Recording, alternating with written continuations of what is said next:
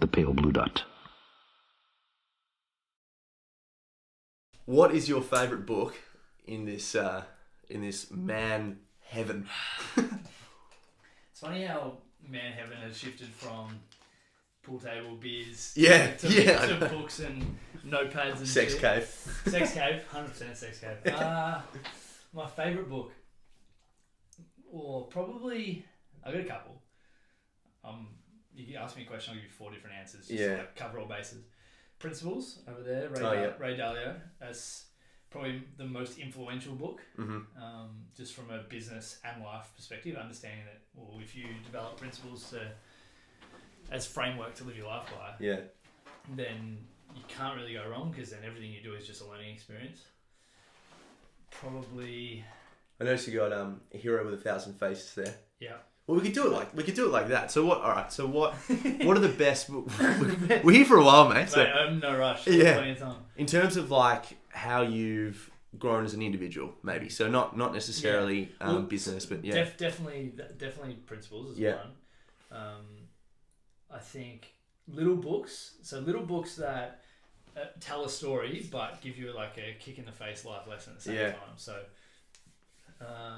Leadership and Self-Deception, which is, I think it's by the Ahern Institute. It's not even an author, but I think it's up top left. Oh yeah. That's just about there's the whole thing around that is being in the box. So you know when you're like pissed off at your missus or pissed off at a mate and you like won't talk to them. Yeah. And you like find yourself being a shit version of yourself to them, whereas you could have just like taken a step back and explained yourself properly. And shown them how you actually feel. So it's about getting in the box. It uses business examples, which is really cool, because I definitely feel it with my staff sometimes. If they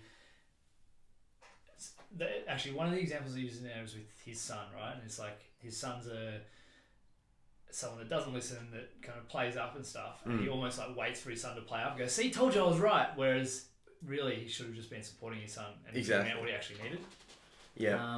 So that's a big one. The Alchemist, Paulo Coelho. Oh yes, that's a good book. I think that's a book that everyone should read every year, because it's a different book every time. It is. It's very true. Just the importance of the journey and having an idea of where you want to go, but not necessarily needing to know that exact finish line. Yeah. Oh man, we could go on forever. I know. Extreme ownership is one that just will stand the test of time, I think. Yeah. It's just... It's that good, isn't it? And every single individual understands that you are completely responsible for everything that happens in your life. And hopefully we don't get into the determinism, free will debate. I noticed you got free will here, actually. Yeah. But even if we are 0.5% responsible for the way life happens, we should take 100% responsibility. Because if we can impact it, then we can impact it. And I definitely think we can. So that's a big one. Shantaram for a fucking elite story. Yeah, I've not read it. I've heard that it's unbelievable. I know. We'll end the show here. I might just sit here and read it to you for the next 8 hours. It's not a bad idea. It would be a long audiobook. Because it was one of those ones that like I'd heard about it, and I went to South America last year for about 8 weeks. Oh, nice. Or 7 weeks, and then about a week to go, I'd finished all my books. I'd rolled through 1,000 audiobooks, and I was just kind of sitting in a hostel in Patagonia, and I was like, I need another book. And I was like, I'll go have a look at the book swap. Like 90% of them are Spanish books, and there's like, the English guide to Argentina or whatever, and then there was Shantaram sitting there. Yeah. And I was like, yes. It's on. And I didn't actually swap a book because I'd left mine somewhere else. So I'm a piece of shit that goes to a book swap and takes a book and doesn't leave one. Yeah. So if anyone wants to borrow a book, you're more than welcome to, because I need to pay back the car. Yeah, you're one up at the moment. Yeah, 100%. And Man's Search for Meaning's over there. That's a great one, isn't it? Yeah. We were talking about Tribe of Mentors before, and that every successful individual seems to say that one the most, doesn't it?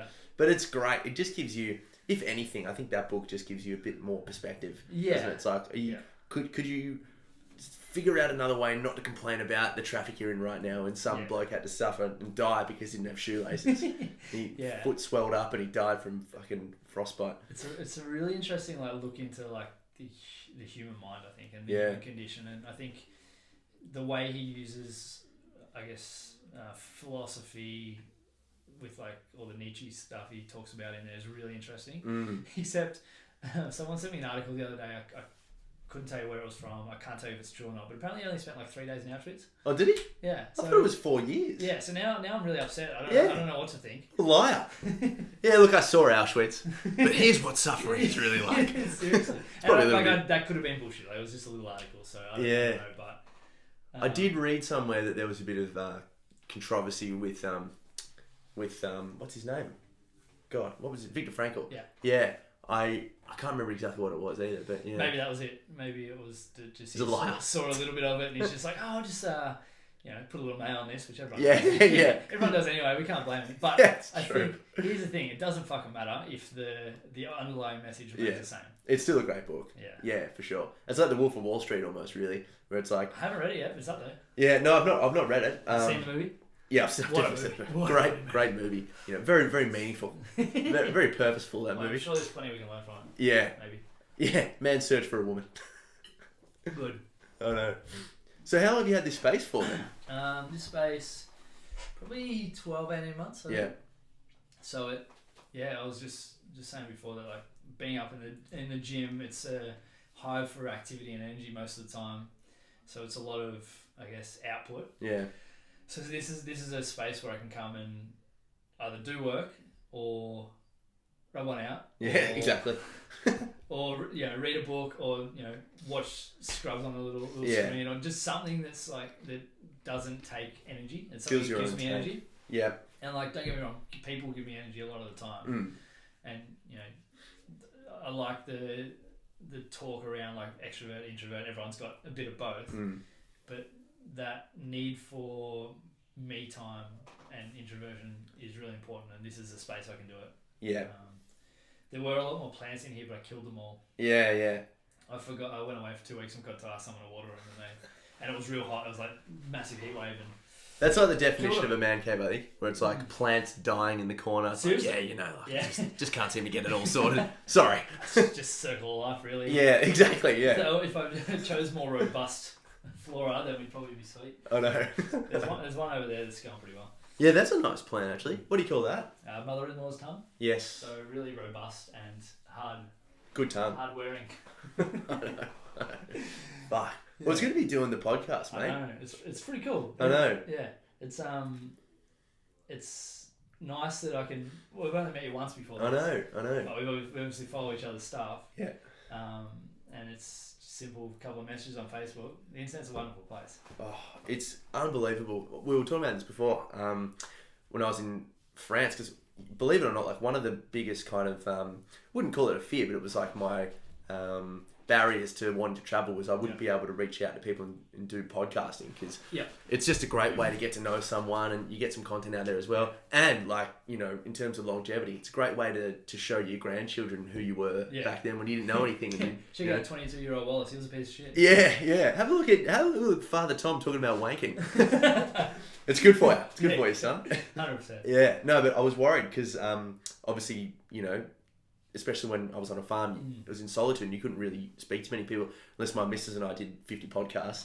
But even just by doing it over Skype, and we're recording this on QuickTime, it was so easy. And it's just like, a lot of people give the internet a lot of shit. A lot of people say, social media's doing this and this and this. But again, you spoke about extreme ownership before. It's like, well, you can let yourself, up to you know what I mean? Yeah. The most perfect metaphor I've heard for that has been like, the internet, social media, whichever part of it you want to use, is just like fire, right? We can use it, we can control it, and we can use it to keep us warm and to power industry and all this other stuff. Yeah. Or we can light the house on fire and let it burn down the house. So I think we have a responsibility as the first generation that we're pretty much properly growing up with it now. Like, in 92 when I was born, it was starting, and it was a thing. So I guess we're the first, and we're responsible now for every generation that comes to be able to figure out our way through the shit part of it. Exactly. And I guess things like internet bullying and social media and that search for instant gratification's going to be there regardless. But those parts of society were there anyway. So they always were. All the internet does is highlight the good and bad of the human, psyche. It just forces you to grow a lot faster, doesn't it? Yeah. Freud said that 120 years ago. He said, you know, along the lines of most people are scared of freedom because there's a huge degree of responsibility that comes with that, you know. I fucked that quote so badly. He probably didn't even say that. I'm pretty sure it was Uncle Ben in Spider-Man. Yeah. Yeah. I think he said something, I think, therefore I am. It's probably a few people. I know.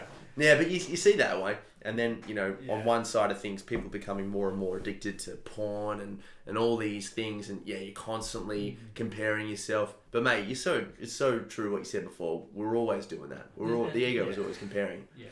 And there's a meme floating around at the moment that's just like, see, look at how peaceful the world was before phones. Like, no, everyone's living in the moment. And it's just like a medieval scene of everyone just like killing each other. Yeah, exactly. And it's just like we live in the luckiest, the best, most fortunate, like most easily accessible time ever. Yeah.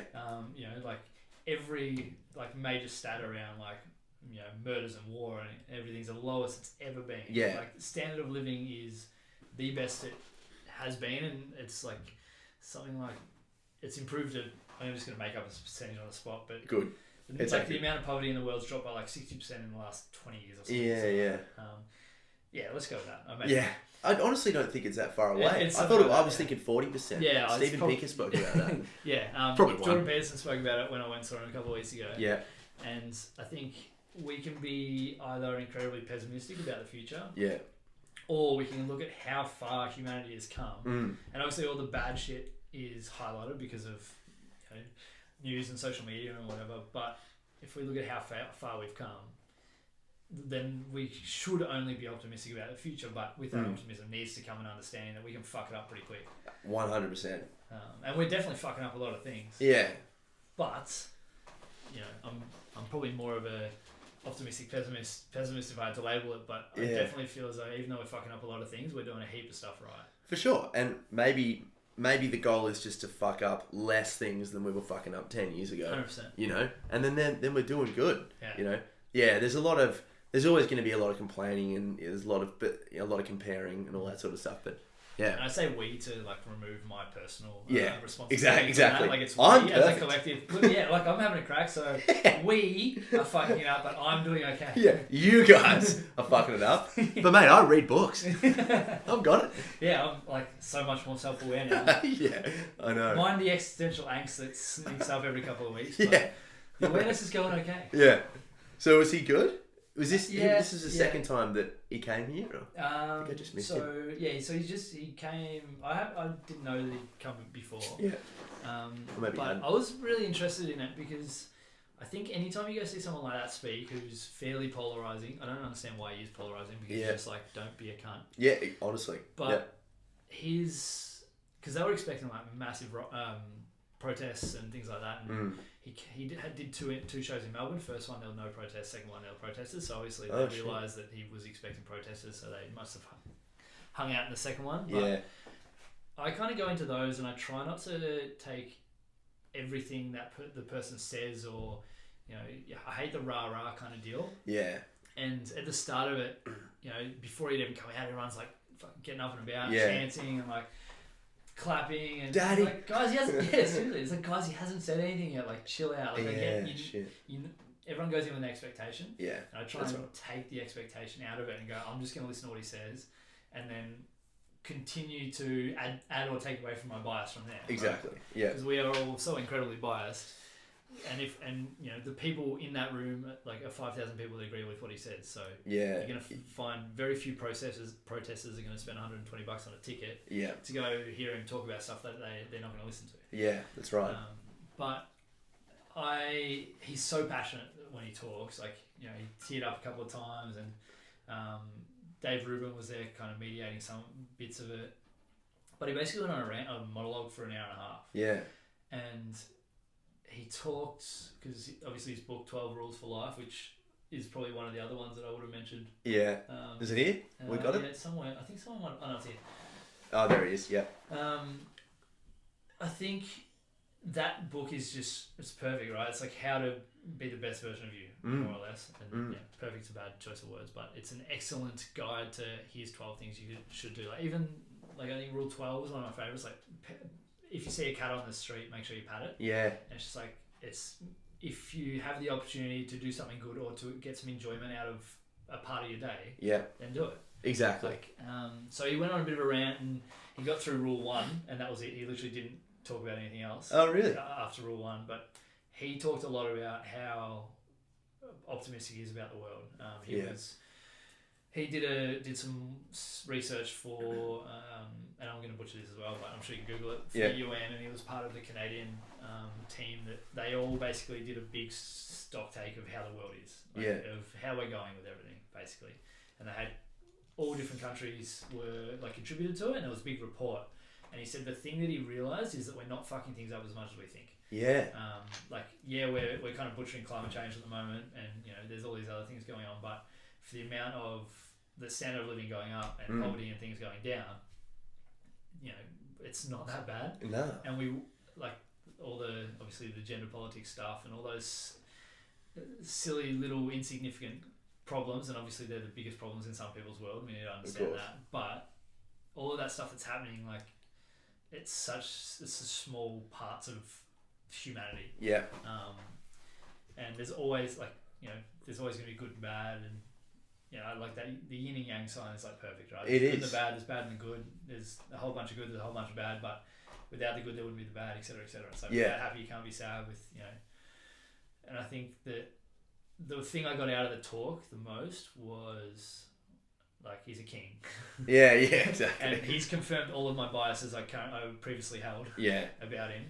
But if we allow ourselves to put the ego aside a little bit and put our needs aside and push or just be humble, then we're going to make our world and the rest of the world a better place. Yeah, for sure. I don't understand. I really don't understand. I'm very similar to you, mate. Like, whenever I consume a piece of content, I want to make sure, and it's tough. It's actually something in the brain called I'm pretty sure it's the reticular activating mechanism. Something that's like forces you that when you have some sort of underlining idea that you see that in your world more and more. It's obviously because it's like, back in the day when we were cause and effect, it's like, oh fuck, I'm hungry. Everything starts looking like a sandwich. You're like, oh, here we go. Yeah. But you have an idea, and you try to take it at face value and without that bias. But everything he says to me, and I've really tried hard because I got on the bandwagon a little bit and I was like, whoa, okay. Give me a reason to hate you. Yeah, exactly. And he just puts all the responsibility, with a lot of what he talks about on you to try to figure out your own things out. It's like, hey, it's you have a lot to be grateful for. Like, there are people that are obviously doing worse, but there are also people that are doing better. And, it's, it really puts a lot of things into perspective that I think is important. Yeah. I think the bandwagon thing is one of the parts of it that bugs me. Yeah. It's like, I think any bandwagon, anyone that just jumps on for the sake of jumping on, like they're the most frustrating parts of it. For sure. I guess it's that socialized mind. It's like, okay, well, my identity is within this group. Yeah. It's like, you've obviously come from the CrossFit background a little bit. Yeah. And it's like that. I can see a CrossFitter walking down the street because they're going to be wearing shorts that are a little bit too long. Yeah. So they're in Australia, you're allowed to wear short shorts. Yeah. They're going to be wearing Metcons. Yeah. They're going to be wearing some sort of competition t-shirt. Tattoos. Oh, actually, just pull the sleeves down. It's been awkward. Yeah. Tattoos everywhere. And that's fine, right? But if they're unable to wear, a different pair of shoes to CrossFit, even if they are a better thing, then they're kind of stuck in that socialized mind. We need to be able to get into that kind of self-authoring position where we can go, okay, well, there's some great areas of this, but there's also this, and I don't agree with that, but I agree with that, and you start to get out of there and then go, all right, show me how I'm wrong. Yeah, and exactly. If you can show me how I'm wrong, then I need to be able to adjust or shift my biases or beliefs to this new piece of information. Yeah. And if someone proves that the Earth is flat, we're all going to have to... I can't believe I just went flat Earth. Yeah. Is that... you looked at the book over there, Flat Earth for Lachlan Wallace.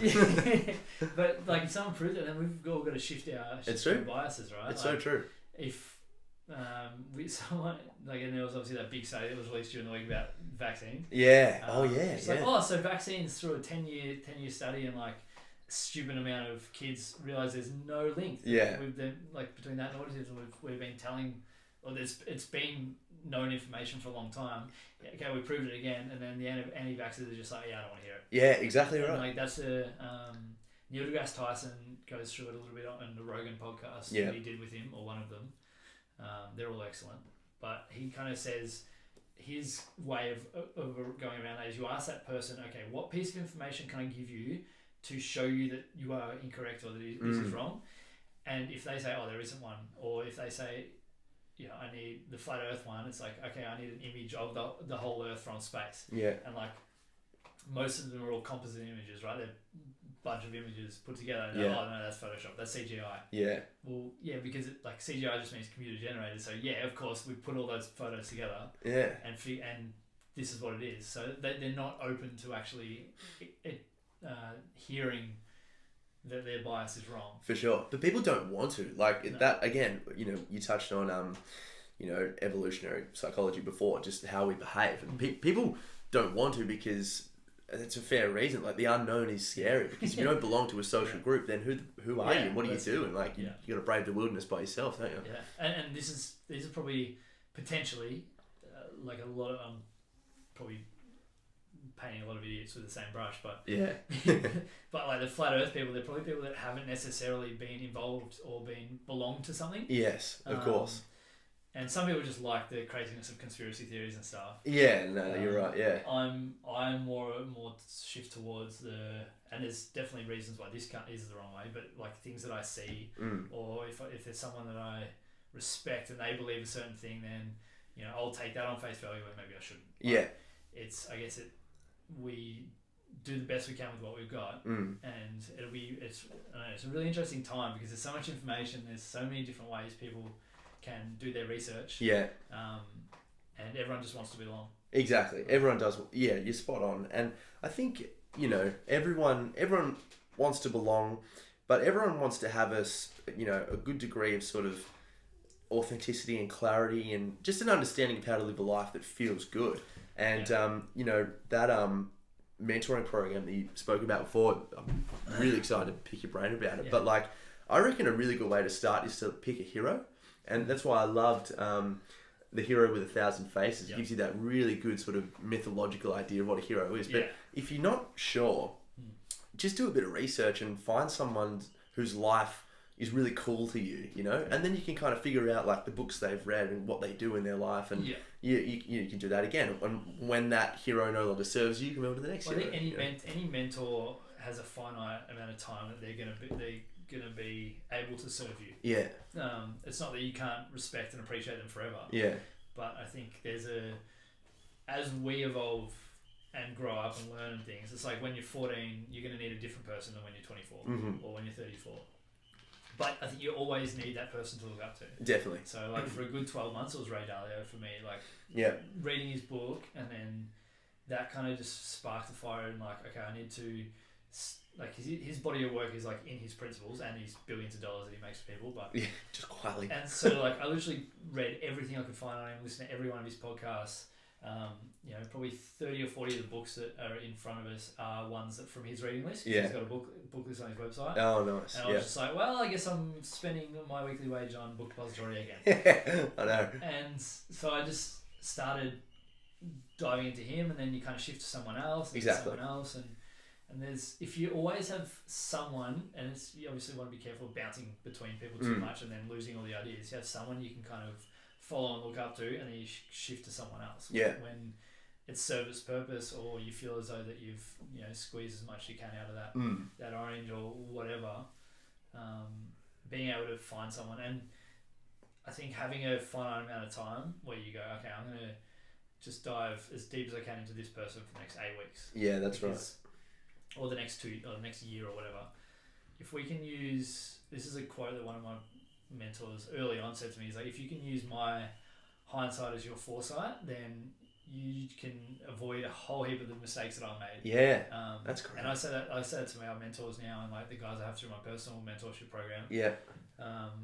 Which I'm probably launching in a couple of weeks, which I'm scared and excited about. Yeah, that's good. But it's just like, if I can speed up, a younger coach's learning, or another athlete, or someone that might be 20 years ahead of me in certain things, but I'm a couple of steps ahead in other things. Yep. Then if I can help them get to there quicker, it's going to save them money, it's going to save them time, it's going to save them pain and suffering. And yes, we all need to make our own mistakes and go through our own problems and stuff like that, but we don't all have to make the same ones. Yeah. And I think that's the biggest thing I'm starting to realise. Yeah. Sure. Everyone's got value to add. Every single person. Even the guys who believe in flat Earth. Yeah. Well, we'll see. Yeah. Yeah. So who would be your? So you moved away from Dalio. Yeah. And who are you on now? Well, this guy. Yeah, this guy, mate. You've been tough, man. You've been jostling for the position. I don't know. It's kind of an interesting one because I've had a couple of business coaches for the last 18 months. We're finishing up now, and like it's been an epic, but obviously kind of same deal. There's a time limit, and my kind of thing that I'm working on is just like I'm me a little bit. Like it's a lot of self-awareness, diving into how I feel. Like I've set myself a couple of like personal challenges that I'm holding myself accountable to. So like daily blog. Nice. The couple of new projects we got coming up and executing on those and learning more about myself so that I can help serve everyone else. So I'm really diving into like my values, like my mission and all that kind of stuff, and trying to separate it a little bit from Virtus. I guess that's been pretty all encompassing for me for the last couple of years. Yeah. And all of me has been put into that. Yeah. And it's like, okay, now I've got to separate myself a little bit, especially values and mission wise, even though they're aligned. Yeah. They need to be a little bit different. So partly it's me, and like I'm trying to use me as like that hero. Yes. I love one of Joe Rogan's quotes is just like be the hero of your own story, your own movie. But external to that, there's a couple of people. Logan Galbrick, I had on the podcast maybe a month ago. Yeah. He runs a bunch of gyms in the US. Just wrote a book, but he's just the way he views the world and the way he understands, the human psyche. It just interests me so much. And obviously, he comes from the gym background, but I feel like he's a couple of years ahead of me in a bunch of different things. Like he's kind of transcended that coaching space to a more teaching, bigger audience space, and I start to care less and less about the sets and reps and more about the bigger conversation that we can have because of it. Yeah, and he's already living that, and I see that. His coach, Cara Miller, is someone that been really cool that I've been able to connect with her on Instagram. Right? You talk about the internet. It's crazy. And I was just messaging her before, and we're talking about entitlement. This is someone that's incredibly well respected in her field. Like she's actually mentored Dalio and stuff. So there's a cool little link there. Yeah. That I can just talk to on it blows my mind that can be a thing. Yeah. So they're two. External to that, there isn't really one person. I'm frothing on Stephen Pressfield's books at the moment. Okay. I've just read The War of Art and Turning Pro, and it's just simple stuff that just resonates a lot. Yeah. They're really short little simple books as well. Ryan Holiday's doing it for me at the moment. Yeah. Ego is the Enemy. I'm like halfway through that. This is what I need to be reading. When you say you trying to become your own hero, is it like a list of goals that you're you're your own kind of person you're looking up to in 5 years? Or that kind of idea? So it's like the idea that I don't want to let future me down. Yeah, that's good. I hate it eats me up inside the fact that I could be someone or like the person I am becoming or could be. If I get to that point, I'm like, okay, I only hit 60, and no doubt I only hit 60% or 70% of it. I'm not going to do everything. Of course. But just having the idea of okay, well, who I am in 5 years, if I can look up to that person now and try and act or live my life to become that person, then I'm going to be in I'm going to have a bigger capacity. I'm going to be able to hold more space. I'm going to be able to help more people. I'm going to be able to do what I'm doing now, but just better. Yeah. Then it's a massive opportunity to fuck up, or it's a responsibility we spoke about before. It's a responsibility, it's an opportunity. I could fuck it up, and I have no doubt I'll fuck it up. Yeah. I have no doubt I'm fucking up. As we speak, I could have said that way better. Yeah. But you get the third. It's pretty good. This guy's great. But you get the point, right? It's just that thing, and we spoke about before, the horizon. this new mentorship thing I'm wanting to drive. Like the name is True North because I'm like it's like your direction. It's like it's not True North isn't a spot. It's like heading towards the top of the earth, and like it's whether you look at it like that or whether you're heading towards the top of your earth. Yeah. So that you can stand on that whatever that mountain is, or that you'll probably be swimming or you'll be in a boat in a couple of years. But yeah, very true. Based on how we're going. Based on how we're going. But if I can keep heading towards that and help other people head towards that, and I start to realise I'll have conversations with my mentorship guys, and like I won't want to leave. I just want to. What else? Like give me more questions. Yeah. Like, and it's not necessarily because I know the answer, but the act of having the conversation opens up my holes in the areas that I'm not very good at. Yeah. And I'm sure these podcasts are the same for you, right? Like people start diving into stuff. You're like, I need to know a lot more about that. Well, honestly, like full disclosure, for let continue, is like we reached out because it was just going to be like a conversational chat, but right now, like I just came back from France, and I think I'm in about $25,000 worth of debt, and full-time work, you pay it off in a year, so I'm not fussed. But, you pick me up in this mad van, you come and I see this gym and I'm like, this is a sick gym. I'm not trying to blow your tires, it's just pure honesty. Working, mate. Yeah, exactly. But even something like this office where it's just like, it's filled with all the stuff that I would love to create for myself. And very quickly, I think just subconsciously, this became a show where I would just prefer to interview you, Like, I'd probably be able to offer like a little bit, but, you clearly set your life up, and I love it. And that's the cool thing, like, I wrote a thing the other day, like Life by Design, and like the daily blog thing is a massive challenge because it's not. Mrs. said to me the other day, she's like, I can't even keep up. I can't read one every day. I'm like, sorry, I'm not writing them for you. She's like, oh, and I'm like, no, I'm writing them for me. Like, one, it makes me better at writing. Yeah. And like it's been awesome because our team's jumped in and contributed to a bunch. Like 35 days straight, and I've probably written 20 of them, maybe. Yeah. Maybe more. Anyway. 35. Probably 35. Yeah, 34. Come on, guys. But it helps me be a better writer. And I've been writing a weekly email for the last year, so it's one a week, and now I'm like, fuck, I'm gonna do 7 a week, or close to, or 8 technically plus a weekly email. And I wrote one Life by Design. I was like, you forget how much of your life is in your control, and how much is around how you want to live. Like talking to our young staff that see like how I get to spend my day, or how like other senior staff get to spend their day. Like our physio Greg gets to treat for a couple of hours a day maybe, and then he'll go home and work on his house, or like play with his dog, and then he teaches all over the world. And it's all by design. Yeah. And I think I guess potentially it's because of the generation we were brought up in. They didn't necessarily have the opportunity to do that as the same way. There wasn't as much freedom. Yeah, But if there's a job you want to do, if there's something like if there's a way you want to spend your day, like figure it out and then you'll make it happen. Like, it might take some time, but that van's still like it's real dirty, but I'm still paying it off. Yeah. Like this office is just a space that started out with just a desk, and I've just added stuff. Yeah. But it's stuff that serves me and like comes back to my values, which is like reading and learning and being able to be a little bit more introspective. It all comes back to that. There's all these things that you put like, and we have a natural tendency and this is something Logan told me, like we have a natural, or just articulated, we have a natural tendency to pump everyone else around us up and knock ourselves down a couple of pegs. Yeah. So automatically like it's off to where it actually is. Yes. Like I look at you and I'm like, dude, you've written 2 books. That's epic. It's cool. I would love to, like, writing a book's like the one thing that, scares the shit out of me, but I'm going to do it. Yes. I'm not ready to do it. Yes. Yeah. I know. It is interesting. You're right. And I think this is where having that good tribe is just, obviously it's a real cliche, but it's just like if we can all offer things to each other. And I love Jordan's idea, and I think it was a Carl Jung idea, because I fell in love with Carl Jung from Jordan Peterson. And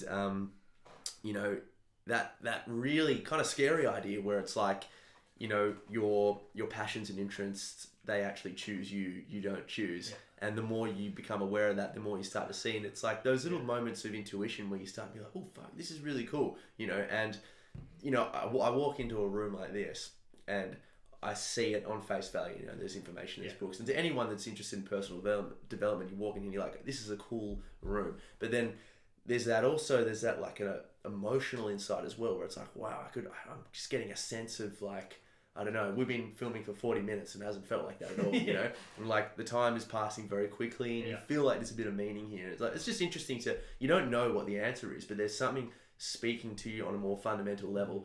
And I think it's important to listen to that. Yeah, and it's important to like unpack it and actually try and figure out what it actually means. You might miss it by a mile, but at least you've had a crack. Exactly. Yeah. Yeah, and like the books, right? Fill me in. What was the process like? I need to know. Well, the first book was me reconciling with a series of mental health issues that I had. I was always like a jumpy kid, you know, from my childhood, and had a lot of fears and all these sorts of things. And then I was Tom the AFL lover and player, you know, and I was just gonna like you couldn't see me without a ball. Like I was like my first fucking, you know, wank to a porn movie was like holding a football. I was like, oh, I don't know what to do here. It was just getting crazy. But like, selling candy. Yeah, exactly. And anyway, I was training really hard, and then I went down and tried my heart out at Frankston Dolphins, and I got cut.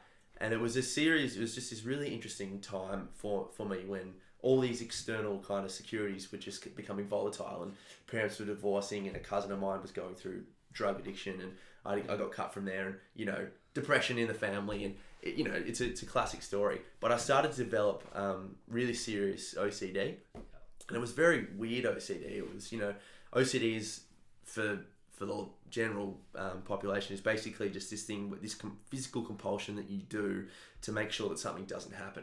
And you know, for me, it was a whole series of things. Like I was very scared of dying, and so for whatever reason, my mind started to, you know, tell me to pick up rubbish off the floor all the time. You know, and it was like, if I don't do this, God is going to look down on you. Wow. I was never that religious or anything, you know, but it was just this itching fear that would happen. And another even weirder thing was this sexual orientation type thing, where I just constantly feared that my sexuality would change, you know. And I'd grown up with this very intrinsic, innate idea that I was into girls, you know. I didn't really think of it twice, and then this like burning fear would start to question that, you know.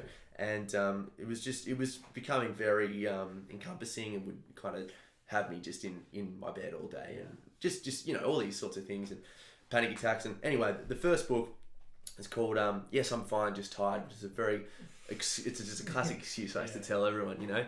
And so that book was me just trying to figure myself out, you know. I found my diary entries from these couple of years in early 2017, and I just thought they'd be really cool to put them chronologically. My dad was always a writer. I always used to write as a kid anyway, you know, so there was a calling, I think. That's awesome. Yeah, but the second book, and this is kind of the way I structure writing now, is like I was telling you, I've always got like a really interesting set of questions for me that I just don't know the answers to, and I can kind of formulate them into one fundamental question that's burning in me, and then from that, just explore it. Exactly, take the reader as I'm taking myself through the journey to try to figure that answer out. But the really cool thing about that, and this is for anyone that wants to write as well, is that you start off with this question, and you can actually start to structure your book through a contents page of things you need to find out and learn so that you'll be able to answer that question. So it's kind of like, if you want to know what the best way to squat is, that's what your book's going to be about.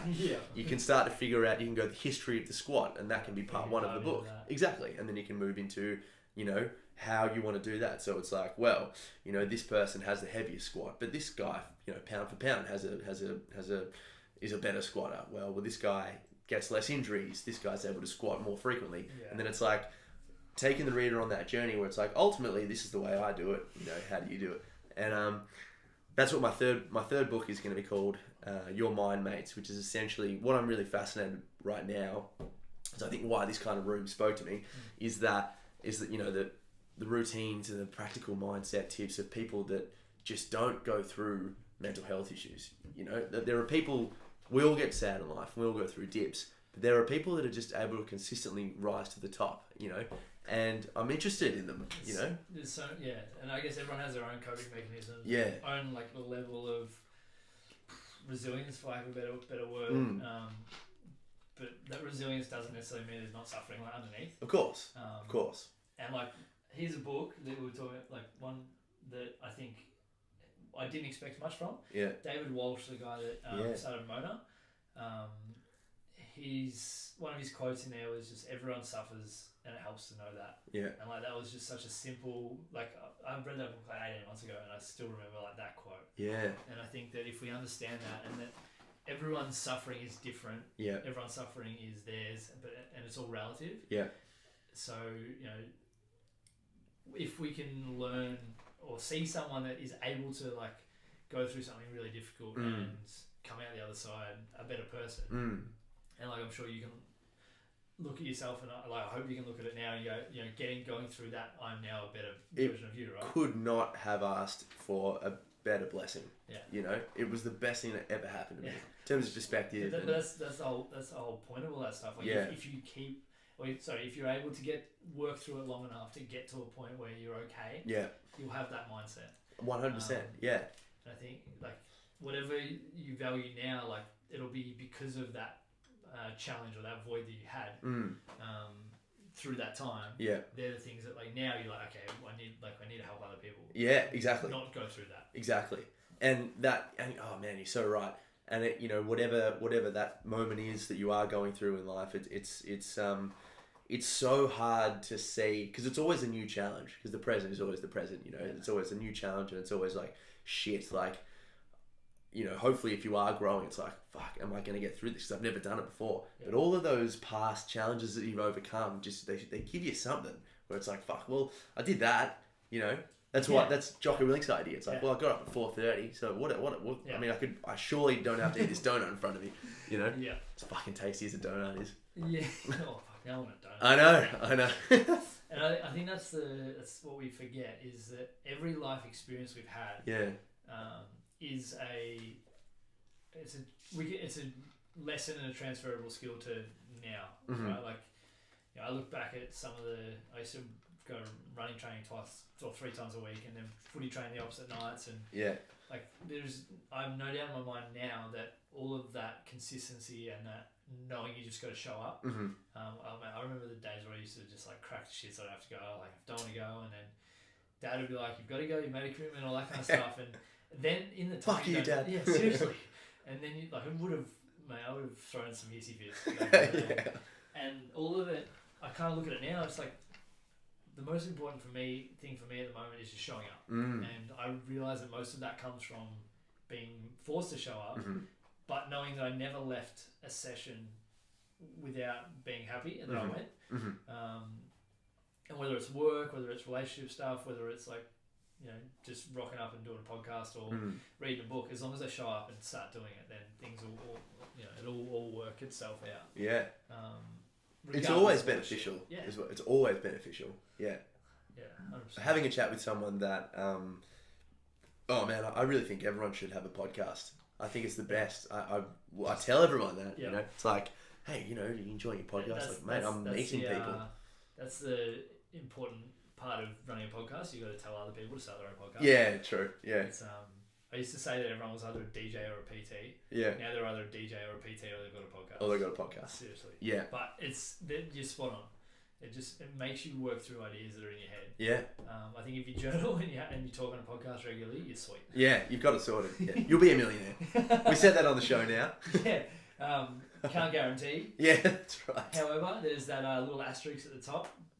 Maybe, yeah. Might happen. 60%. Yeah. 60% there. Hey, there's a good chance. There's a good percentage. Another thing that I was really interested in with a lot of these kind of successful people is a lot of them tend to have long-term excellent relationships. That was something that was really fascinating for me as well. I mean, I can't statistically prove that, but certainly the people that I'm interested in seem to have long-term committed marriages, relationships. They've got their kids and all this sort of stuff. It's just interesting in a world that like everyone talks about the divorce rates and all this sort of stuff. That there are some people that do actually have it all. Like they're authors, they have a lot of money, they are giving back to communities, and they have time for their wife and kids. They seem to be able to do it all. Yeah, they really do. Yeah, that's what I'm interested in. It's just like how there must be a formula for this, and obviously Tim Ferriss has got there before me. That's kind of who I've learnt it from. Yeah.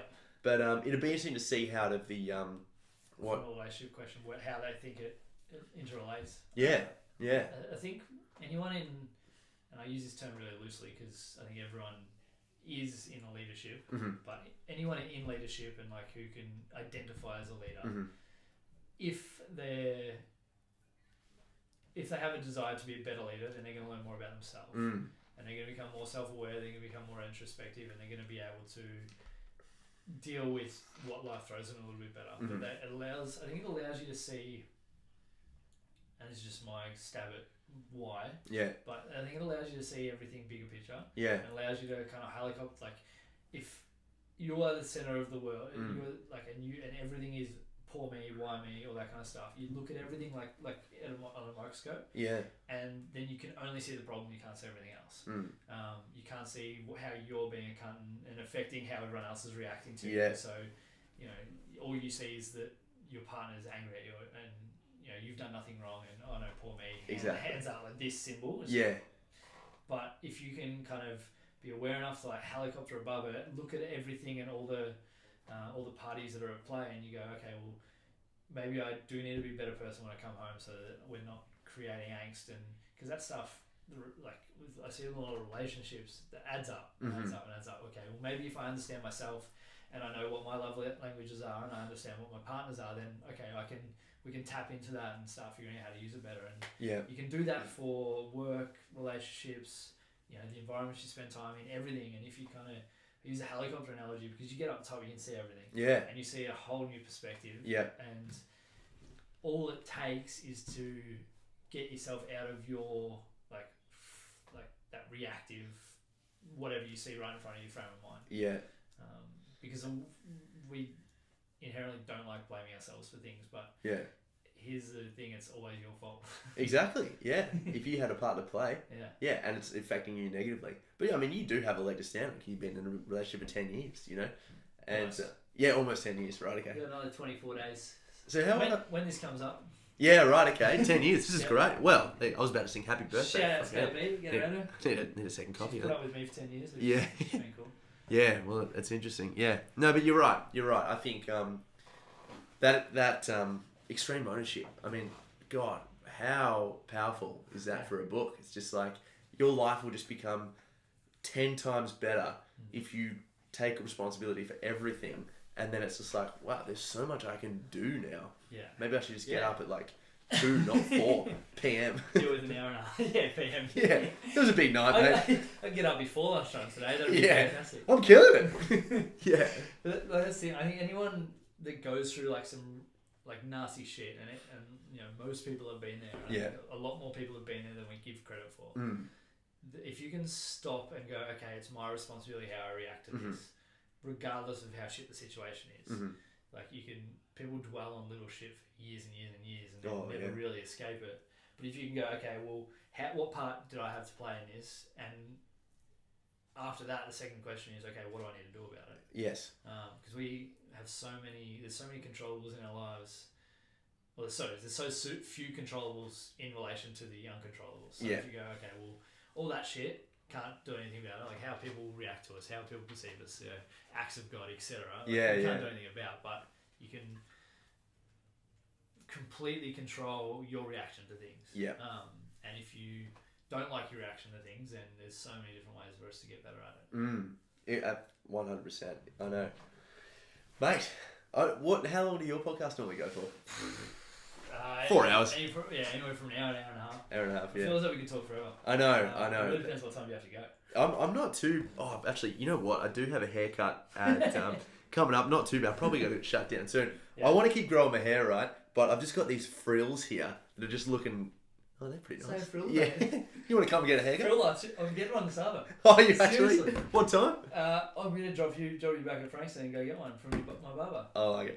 All right. Well, what about some... based on the mentoring program, some lasting advice just for...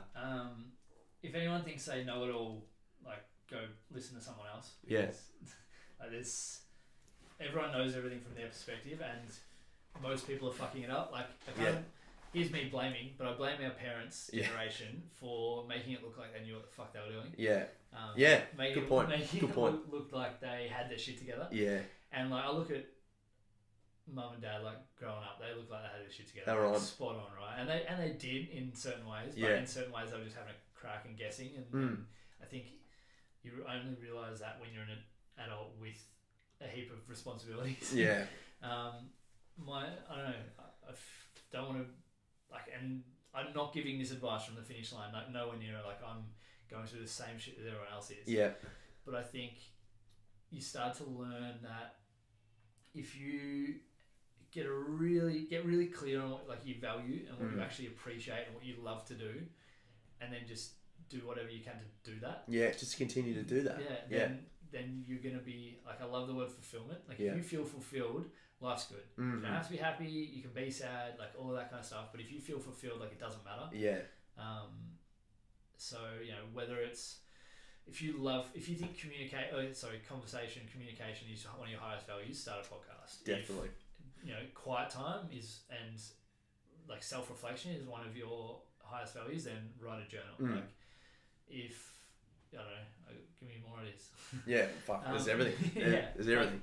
Like if business is your highest value, or if like making money is your highest value, then that's fine. Yeah. Start a business is going to help you do that. Absolutely.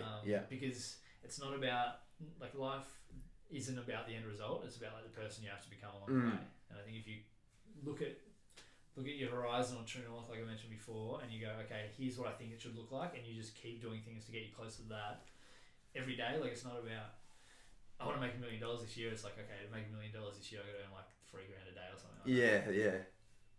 Before tax. Fuck, that's, geez, when you say it like that, I'm way off. See ya. Yeah. You gotta make $1 million. Anyway, this is not even my computer. And that's the thing, like, if that's not your value, then you're not going to feel fulfilled doing it. Like, of course. I need to be better at money, like with money. Like, it's money's never been valuable to me in that sense. It's the freedom that comes from it. So like, I need to figure out a way to, how do I move that whole needing to make more money idea towards one of my values, like which is like teaching, freedom. They're like kind of the things that I lean towards. Yeah. How do I shift the need to be financially secure for KP and my family and my staff towards one of my values that I actually want to do it? That I think I should do it. That what you literally just said is another way of saying making money work for you. Yeah. Not working for money. Yeah. Yeah. That's the perfect way. Yeah. 100%. I love it. And it's just a process. And if you ever feel like you figured it out, you're gonna get life's gonna kick you in the dick pretty quick. Yeah, exactly. Not even if you don't have a dick, it'll kick it. You'll figure it out. Just like, oh, I didn't know I had that. Find the humility to listen to people. Yeah, for sure. And to listen to yourself when you need to. This thing we're doing, like life, it's pretty hard. So don't get too caught up in all the nitty gritty details. Just try and have fun. Yeah, for sure. If you're not having fun, there's no point. Definitely. And we all die at the very end as well. So do something. And if you're fucking up and it's shit, don't worry. In like 50 years, you'll be dead. Exactly. So, it doesn't matter. Yeah. I think just to finish off, my favourite quote, something I'm really trying to live by at the moment, is the guy who wrote the foreword to Aldous Huxley's Brave New World, and it just spoke to me. He said, in a world where everything is available, nothing has any meaning. Oh. And it was just so deep for me, and it really started to make me think about all the things I lent on. And you can if that's a bit abstract for you, you can think of it like when you jump on Netflix and there are an infinity amount of movies and TV shows there. 45 minutes later, you have 45 minutes later, pick one. Yeah, exactly. But maybe to someone in a third world country, you give them the shittest movie in the world, and they'll be like, "That was unbelievable." Yeah. So if you think you can't go a day without coffee, or you can't go a day without this and that, just experiment and see how much better the coffee tastes in a month. Experiments after experiments, learning. Exactly. And I think on that making a decision, like for the people, I'm sure people listening and they're like, I have decision fatigue, I can't pick, whatever. Yeah. It doesn't matter if you're right or wrong. It matters that you make a decision. Make a decision, for sure. And fuck something up and like try and fix it or move on to something else. Yeah. You're right. There was that, there's a story about a donkey that is standing in the middle between a bucket of water and some hay, and he's constantly doing this because he can't make a decision, and then he dies of starvation. Don't be the donkey. What an idiot. Yeah, what a loser. I know. Oh, mate, legend. We will have to do this again. Yeah, 100%. For sure. 100%. It's been an absolute pleasure. I think you kind of did just interview me, so I know. we'll have to. We'll do it again very soon, and we'll flip it. Yeah. Okay. Yeah. Go from there. Last question for you, which is the first question I usually ask. What gets you out of bed in the morning? My girlfriend. I had a girl. Yeah, she does well. Yeah, she pushes me. Actually, it's Jocko Willick. I've got my alarm, and it's his iTunes thing, and he goes, "Get up and get up now." I don't have a choice. Dude, I use that. The wake up and get up. Yes. 100%. Same shit. It's the greatest. I want to finish the podcast with it. Yeah. Oh, where is it? Hold on. I'm coming. Just talk amongst yourselves for a minute. Yeah, just, make some tea. I don't know. It does. So, Is this the one I'm you going to give you about 10 seconds to get up and get out of bed. 1, 2, It's so hardcore. 4, I get to 6. I'm like, I'm up! Yeah. I'm up! I'm sorry. 7, 8, You don't want to be here. 9, Oh, mate. 10. Okay? If you're up and you're now ready to get after it, you can go ahead and shut this off. You won. You can proceed on to go get stronger and faster and better. Oh, man. But if you are still actually lying in bed, I can't stop Brutal. right now. You have to keep listening. I need to tell you about the mistake that you are making. I need to tell you what you will feel like later in the day. You will feel weak. You will I don't know feel how you groggy. You're gonna If anyone's feel still in bed like by a now, I know. Fucking hell. What is wrong with person you? that It fell keeps going. I don't know how long it goes for. I've never listened this far. I've usually got back to sleep by then. What time? You're up at 1 or 2? 1. I'm up. I actually don't sleep. Yeah, exactly. I just have that on repeat. Oh, mate, sleep is the one thing that I'm not getting at the moment. Yeah. I like burning a candle because I'm a piece of shit. I'm a candle. All right. We'll call it there. It's been an absolute pleasure.